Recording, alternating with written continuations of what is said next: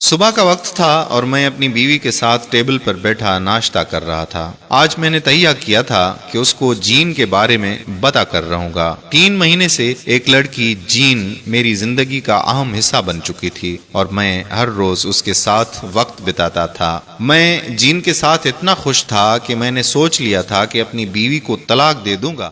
بہت دنوں سے مسلسل کوشش کر رہا تھا مگر اس کو بتا نہیں پا رہا تھا۔ آج ضرور بتا دوں گا، میں نے فیصلہ کیا۔ میں بولا، بیگم بس میرا تمہارا ساتھ یہیں تک تھا، میں اب کسی اور کو تہہ دل سے پسند کرتا ہوں اور ہم دونوں شادی کرنے جا رہے ہیں۔ میں تمہیں چند دن میں طلاق دے دوں گا۔ میری بیوی آہستہ سے بولی کہ کیوں؟ میں نے آگے سے کوئی جواب نہ دیا تو ایک دم غصے میں آ گئی اور کھانے کا ڈونگا نیچے پھینک دیا اور اٹھ کر اوپر اپنے کمرے میں چلی گئی۔ میں نے سوچا کہ میں نے بالکل صحیح فیصلہ کیا ہے۔ میں جین کے پاس چلا گیا۔ شام کو میں نے گھر پر وکیل بھیجا جس نے میری بیوی کو بتایا کہ طلاق کے بعد اس گھر کی مالک وہ ہوگی اور میرے بزنس کے 3% شیئرز بھی اسی کے ہوں گے۔ میرے وکیل نے فون کر کے بتایا کہ آپ کی بیوی نے سب لینے سے انکار کر دیا ہے۔ مجھے کچھ سمجھ نہیں آئی۔ رات کو میں گھر لوٹا تو دیکھا کہ میری بیوی کمپیوٹر ٹیبل پر بیٹھی کچھ لکھ رہی تھی۔ میں نے دھیان نہ دیا اور جین کے بارے میں سوچتا ہوا سو گیا۔ صبح اٹھا تو میری حیرت کی انتہا نہ رہی، دیکھا کہ میری بیوی ابھی تک ٹیبل پر بیٹھی کچھ لکھ رہی تھی۔ میں پاس گیا اور پوچھا کہ کیا کر رہی ہو؟ بولی کہ آپ مجھے طلاق دے دیں مگر میری 2 شرطیں آپ کو ماننی پڑیں گی۔ میرا دل پگھل گیا۔ میں نے بولا اوکے، پرامس۔ اس نے بتایا کہ ایک تو آپ مجھے 1 مہینے کے بعد طلاق دو گے، تب تک ہم ایسے ہی رہیں گے کہ ہمارا بیٹا سمجھے کہ ہم میاں بیوی ہی ہیں، کیونکہ اس کے اگلے مہینے امتحانات تھے۔ دوسرا، آپ روز صبح مجھے کمرے سے اسی طرح اٹھا کر ناشتے کی میز پر لے کر جاؤ گے جیسے شادی کے پہلے دن لے کر آئے تھے، پورا 1 مہینہ۔ میں نے سوچا کہ کتنی پاگل ہے، میرے سے کوئی پیسے، گھر، بزنس بھی نہیں قبول کر رہی، اس کی معصوم 2 شرطوں سے کیا فرق پڑ جاتا ہے؟ میں اس کی بات مان گیا۔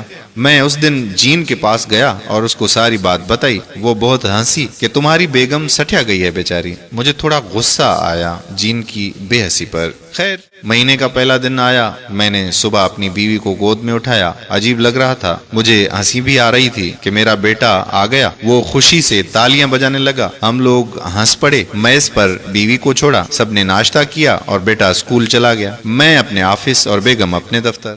دوستو، مزید بات کرنے سے پہلے پیارا اسلام کو لائک کریں، چینل کو سبسکرائب کریں اور ہماری دعا کا حصہ بننے کے لیے کمنٹ سیکشن میں اپنا نام ضرور تحریر کریں تاکہ آپ کا نام لے کر آپ کے لیے دعا کی جا سکے۔ تو بات کو آگے بڑھاتے ہیں۔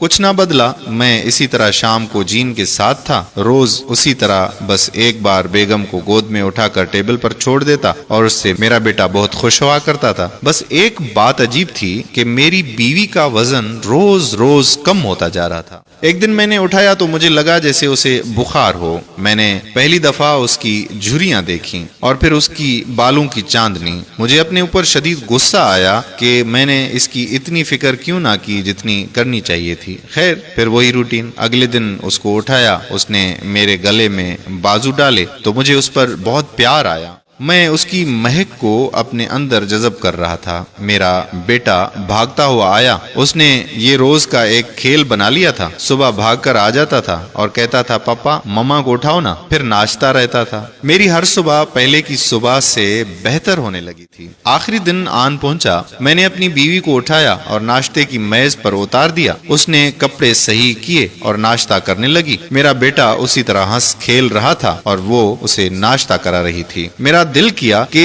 ساری عمر ایسے ہی گزر جائے۔ میں اسی وقت اٹھا اور جین کے گھر نکل پڑا۔ جین مجھے دیکھ کر بہت خوش ہوئی۔ میں نے اس کو بتایا کہ سوری جین، میں اپنی بیوی سے اب بھی بہت پیار کرتا ہوں اور میں اسے کبھی بھی طلاق نہیں دوں گا۔ جس دن میں نے اسے شادی کی پہلے دن اٹھایا تھا تو میں نے خود سے وعدہ کیا تھا کہ آخری دم تک اس کا ساتھ دوں گا۔ یہ سن کر جین چلانے لگی اور زور زور سے رونے لگی۔ میں بھول گیا تھا کہ میری بیوی کیسی دکھتی تھی۔ ہم میں دوری آ گئی تھی، مگر روز صبح اس کو اپنی گود میں اٹھا کر میں نے دوبارہ اسی پیار کو محسوس کیا تھا جو ہم دونوں میں پہلے تھا، اور سب سے بڑھ کر میرے بیٹے کا ہنستا ہوا چہرہ میرے اندر سکون بھر دیتا تھا۔ میں اپنے گھر واپس چل پڑا کیونکہ آج اتوار تھا اور سب کی چھٹی تھی۔ میں نے سوچا کہ اپنی جان کو یہ اچھی خبر دیتا ہوں۔ اندر گیا تو نیچے کوئی نہیں تھا۔ اوپر کمرے میں گیا تو دیکھا کہ میری بیوی مری ہوئی تھی۔ میں بچوں کی طرح رونے لگ گیا۔ کچھ دن بعد معلوم ہوا کہ وہ سب کچھ جانتی تھی، اس کو کینسر ہو گیا تھا اور وہ مجھ سے چھپاتی تھی۔ صرف ہمارے بیٹے کے لیے وہ چاہتی تھی کہ ہم آخری مہینہ ساتھ گزاریں تاکہ میرا بیٹا ہمیشہ خوش رہے اور یہ سمجھے کہ اس کا باپ اس کی ماں سے بہت پیار کرتا تھا۔ وہ صرف ہمارے بیٹے کی خوشی کی خاطر صبح گود میں اٹھانے کا بولتی تھی۔ آج میرا بیٹا بڑا ہو چکا ہے اور بے حد کامیاب ہے۔ وہ یہی جانتا ہے کہ اس کے ماں باپ میں بہت محبت تھی۔ اپنی بیوی کا یہ احسان میں کبھی نہیں چکا سکتا۔ وہ مجھے بہت یاد آتی ہے۔ مکان، گاڑی، کپڑے، جوتے، سب معمولی چیزیں ہیں۔ رشتوں کی قدر و قیمت ان سب سے کہیں زیادہ ہے۔ مکان، پیسہ صرف خوشی تب دیتے ہیں جب ان کو شیئر کرنے کے لیے گھر والے ساتھ ہوں۔ یہ بذات خود صرف ایک پرمسرت زندگی کا ذریعہ ہیں۔ خوشیاں ان سے ملتی ہیں کیونکہ یہ ہماری زندگی کو آسان بناتے ہیں، لیکن صرف ان چیزوں کے ساتھ خوشی کو منسوب کرنا